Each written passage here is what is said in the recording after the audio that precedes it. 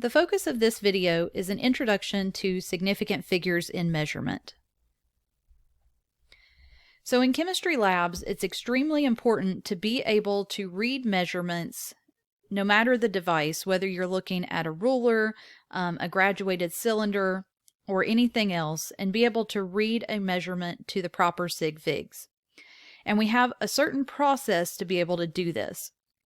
So we need to know what the increment size is in order to determine the uncertainty. And once we know the increment size and the uncertainty, we can report our measurements to the proper place of sig figs.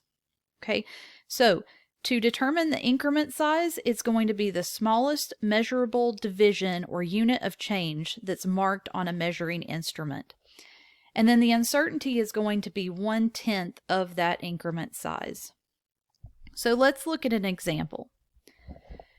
Okay, we're going to talk about how to determine the increments if you don't have the values shown. So most of the time when you're looking at a graduated cylinder or any other device, you'll have certain numbers shown. Like here on the ends, we have 1 meter at the start of this ruler and 2 meters at the end. Okay, but in between, we don't have numbers shown. And an increment is technically the smallest division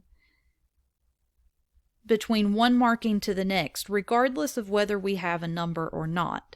Okay, so this is an example of an increment. Now, if we want to determine what that value is, for some of you this may be very simple, but if it's not, there's a process to figure that out. Okay, so we need to determine the number of steps as we go from one shown number to the next. So we see the 1 meter, and if we take 1, 2, 3, 4, 5 steps, we get to the next number shown, which is 2. Okay, so I took 5 steps. And the distance between the numbers is just to subtract the 2 numbers that you see shown. Okay, so we're going to do 2 minus 1, which will give us 1 meter. All right, and last step is we take the distance between those 2 numbers. So from step number 2, that was 1 meter, and divide that by the number of steps it took for us to get there, which is 5 steps. Okay, so 1 divided by 5 should give us 2/10 of a meter. And so that is the increment size.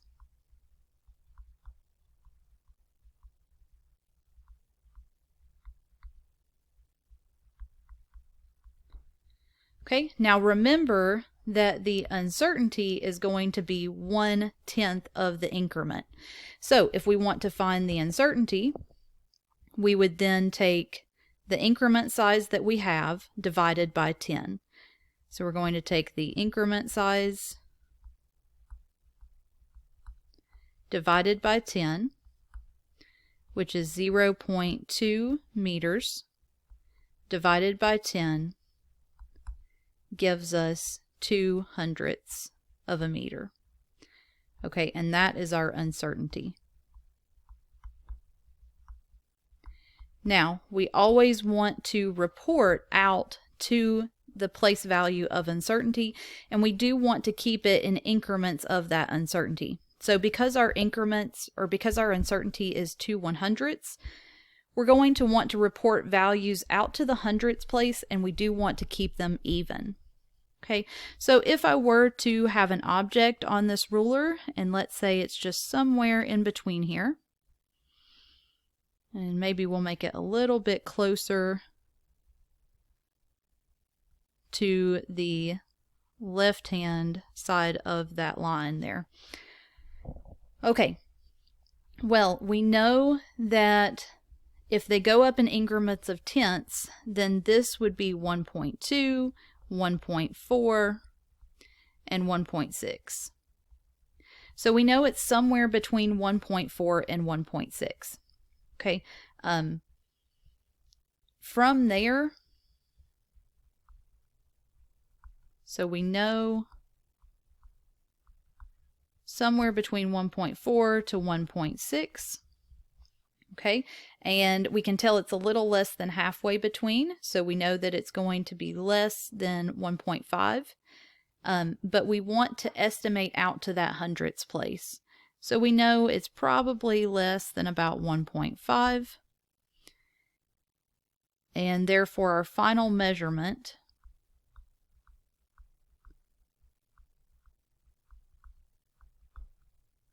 is going to be 1.4 something, and it needs to be even, right? So that needs to be 1.48 meters. And you could potentially have said 1.50, or you could have said 1.46. There is some wiggle room there. Okay, but that's basically an example of how we do this.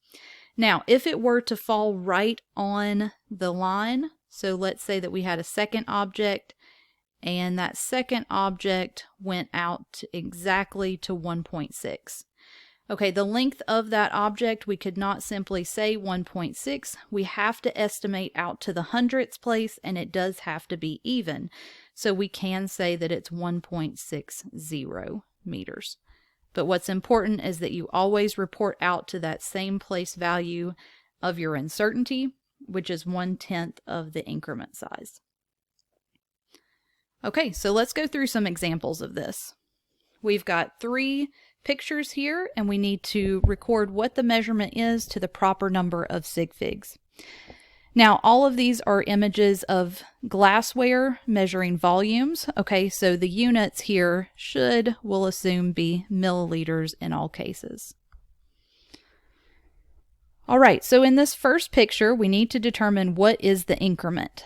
And remember, the increment is going to go up in steps from 35 to 40, and so an increment would be right here between 35 and that next mark up.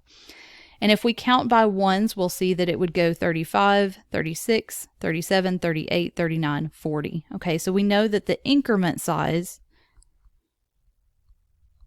is equal to 1 milliliter.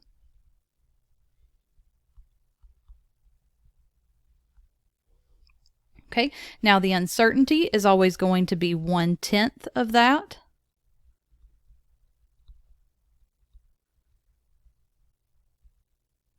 So 1 milliliter divided by 10 would give us 0.1 milliliters. Okay, so when we record this measurement, we need to record it out to the tenths place. We can see that the volume is somewhere between 36 and 37. So we know it needs to be 36 point something. Okay, and we get to estimate that last one out to the tenths place. So you could technically say that's 36.4 or maybe 36.5. Either would be acceptable. And always add the milliliters. Okay, if you needed to include the uncertainty for some reason in your answer, you would simply have that 36.4 and then plus or minus your uncertainty of 1/10 of a milliliter. Okay, second example. Again, if we look up at this close view and we count, we would go 40, 41, 42, all the way up 49 to 50. So again, we can see that those increments between one of 2 lines is about 1 milliliter. Okay, and if we count up, that would be 40, 41, 42, 43. It looks like it's right on the 43 milliliter mark. But the issue is that we do have to estimate to the proper level of uncertainty.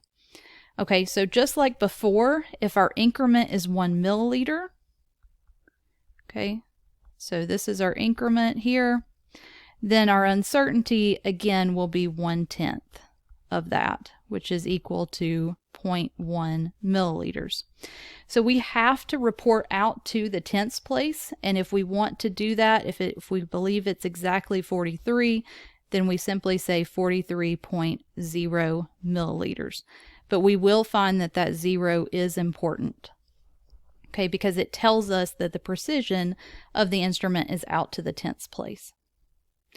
And then in our last example, we have the numbers shown 40 and 60 with 1 increment in between. Okay, so in between 40 and 60 must be 50. And so the increment from one tick mark to the next is 10 milliliters. Okay, so we have an increment of 10 milliliters, which means that the uncertainty would be equal to 10 milliliters divided by 10, which is 1 milliliter. Okay, so when I report my answer, I need to report it out to the ones place. And it looks like it is somewhere between 40 to 50 and possibly a little bit closer to 50. So we could say maybe 47. And that is reporting out to the ones place. Okay. So 47 milliliters.